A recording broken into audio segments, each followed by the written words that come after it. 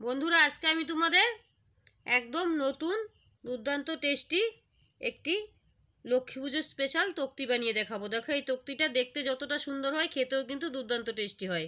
তা আমি কি করে বানাই, তোমরা পুরো ভিডিওটা দেখতে থাকো, তোমাদের কাছে আমার অনুরোধ রইল।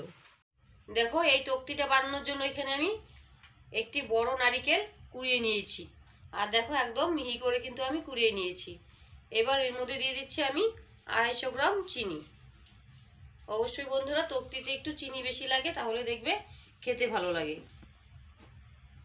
এবার আমি এর মধ্যে দিয়ে দিচ্ছি, দেখো, 1 গ্লাস দুধ জাল করে আমি হাফ গ্লাস করে নিয়েছি, সেটাও দিয়ে দিচ্ছি। আর দেখো, এখানে আমি 10টি আমন্ড আর 10টি কাজু নিয়েছি, একসাথে গুঁড়ো করে নিয়েছি। একদম কিন্তু বন্ধুরা আমি মিহি গুঁড়ো করিনি, একটু দানা দানা আছে। এবার এটাও দিয়ে দিচ্ছি। এবার আমি ভালো করে 2-3 মিনিট হাই হিটে পাক দিয়ে নেব। আমি কিন্তু বন্ধুরা এটা হাত দিয়ে মাখিনি, যেহেতু নাকি এখানে দুধ দিয়েছি, তাই ভালো করে নরম হয়ে যাবে সহজেই। দেখো, আমি কিন্তু 4-5 মিনিট 3 মিনিটে কিন্তু আমার দুধটা শুকোয়নি বন্ধুরা। আমি 5 মিনিট এইভাবে নেড়ে নিয়েছিলাম। দেখো, দুধটা কিন্তু শুকিয়ে গেছে আর নারকেলটা কিন্তু ভালো করে সেদ্ধ হয়ে গেছে। এবার আমি এর মধ্যে দিয়ে দিচ্ছি হাফ কাপ গুঁড়ো দুধ, তাহলে দেখবে তক্তির স্বাদটা অনেকটাই বেড়ে যাবে।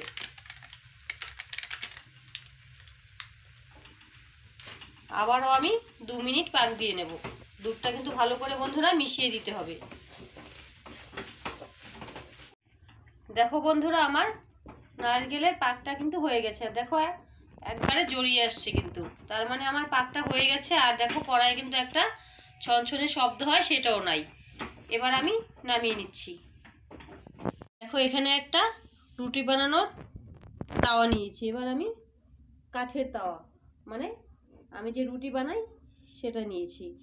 এর মধ্যে কিন্তু বন্ধুরা আমি একটু ঘি মাখিয়ে নিয়েছিলাম। এবার এই নারকেলের পাকটা দিয়ে দিচ্ছি।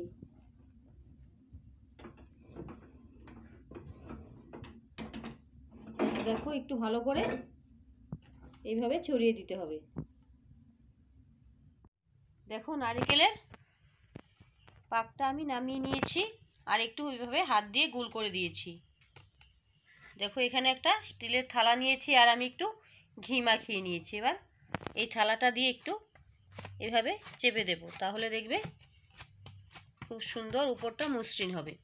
আর তোমাদের কাছে যদি কলা পাতা থাকে, তাহলে তোমরা কলা পাতা দিয়েও এইভাবে চাপ দিয়ে দিয়ে সমান করে নিতে পারো বা ছড়িয়ে নিতে পারো।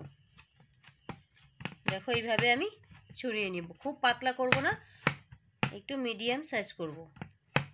দেখো বন্ধুরা, আমি কিন্তু সুন্দর করে ছড়িয়ে নিয়েছি। আর দেখো কতটা মসৃণ হয়েছে। এবার আমি দেখো একটা খুন্তি নিয়েছি। এবার চৌকো শেপ দিয়ে নিব। এবার প্রথমে এইভাবে কেটে নিচ্ছি।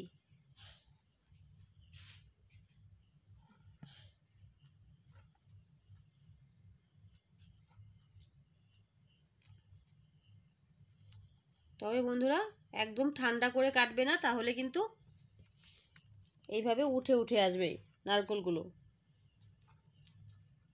আবার গরম থাকতেও কাটবে না, একটু ঠান্ডা করে নিয়ে কাটবে, তাহলে দেখবে কাটতে সুবিধা হবে। দেখো, এবার আমি এপাশ থেকে কেটে নেব।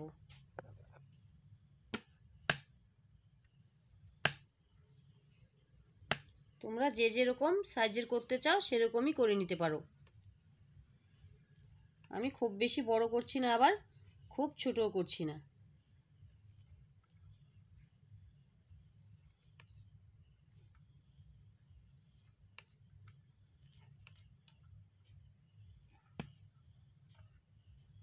আর বন্ধুরা, আমি কিন্তু নারকেলটা পাক দেওয়ার সময় কিন্তু 3টে ছোট এলাচ থেতো করে দিয়েছিলাম, সেটা আমি তোমাদের দেখাতে পারিনি।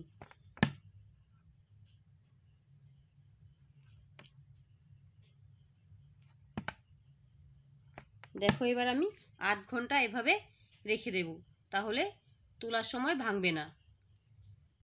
দেখো, আমি কিন্তু আধ ঘন্টা ঠান্ডা করে নিয়েছি।